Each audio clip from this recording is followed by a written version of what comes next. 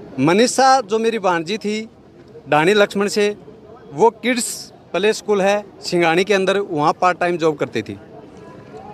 वहाँ से वो 11 तारीख को 1:58 पे बाहर आती है और वो आइडियल स्कूल और कॉलेज दोनों चीज़ें हैं, उसमें बीएससी के लिए वो एडमिशन के लिए जाती हैं, फॉर्म अप्लाई करने के लिए।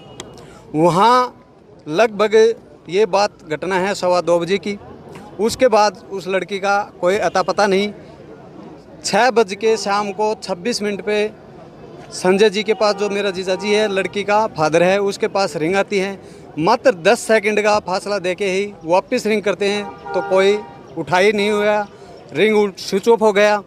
उसके बाद जैसे ही संजय जी को पता चलता है कि बच्ची मुसीबत में है, वो बस पकड़ के लुवारू से सिंगानी आते हैं। लुवारू वो पार्ट टाइम जॉब करते हैं और वहाँ आने के बाद 112 पे कॉल करते हैं। 112 पे कॉल करते हैं। कॉल करने के बाद 112 आती है, वहाँ आइडियल स्कूल में जाते हैं। वहाँ जाने के बाद जब उनको बोला जाता है कि भैया आप सीसीटीवी दिखाओ, फुटेज दिखाओ, यहाँ लड़की आई है क्या, उन्होंने मना कर दिया, कोई लड़की आई नहीं है यहाँ और यहाँ स्टाफ भी नहीं है।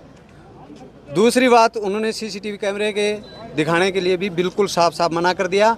और जो 112 में जो मुलाजिम थे, उन्होंने उनसे, कॉलेज वालों से हाथ मिला के और बात करके वापस आ गए। संजय जी को वापस सिंगानी गांव में छोड़ दिया जाता है और 112 से जो मुलाजिम थे वो कहते हैं कि आप थाने जाओ लुहारू, वहाँ एफआईआर कराओ। संजय जी वहाँ से आते हैं, एफआईआर के लिए जाते हैं, एफआईआर नहीं होती।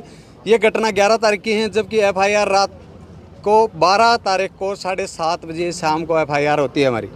जब थाने जाते हैं तो वहाँ भी ऐसा ही व्यवहार होता है कि मैं शब्दों में शायद ही बयां कर सकूँ। उन्होंने कहा कि आपकी लड़की कहीं पिकनिक मनाने गई होगी, किसी के साथ गई होगी, जबकि हमारी जो भांजी है वो पूरे गांव में और सब में ऐसी शरीफ लड़की थी, कोई ऐसा नहीं था। उसके बावजूद हमने वहाँ फ़ोन वगैरह करा के वो एफआईआर लास्ट में लॉन्च करवाई।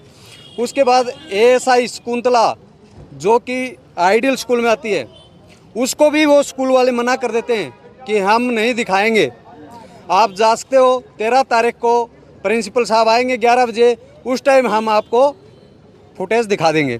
उसके बाद जितने भी फुटेज थे वहाँ कैमरे थे, उनसे सबसे छेड़छाड़ खाने की गई है। 12 तारीख की ये घटना घटने के बाद 13 को सुबह शकुंतला मैडम का ही फ़ोन आता है कि सिंगानी में एक डेड बॉडी मिली है। जब हम वहाँ जाके देखते हैं तो चेहरा जला हुआ था, कुछ भी नहीं था। ऐसी बुरी तरह से निंदनीय घटना थी और वहाँ डेड बॉडी की हमने शिनाख्त की। उसके बाद पूरा प्रशासन आता है, लुहारू का एसडीएम भी आता है, डिप्टी भी आते हैं। उन्होंने आश्वासन दिया था कि 24 घंटे के अंदर हम मुजरिमों को गिरफ्तार करेंगे। तो अभी तक कोई भी गिरफ्तारी नहीं हुई है, नहीं कोई, सिर्फ आश्वासन दिया जा रहा है। और पुलिस क्या कर रही है क्या नहीं, अभी तक हमें कुछ नहीं बताया गया। पुलिस प्रशासन कोऑपरेट नहीं कर रही। कोऑपरेट करती समय पर तो अगर समय पर पुलिस कोऑपरेट करती तो मैं दावे के साथ कहता हूँ मनीषा आज हमारे बीच में होती और उन दरिंदों को पकड़ा जाता।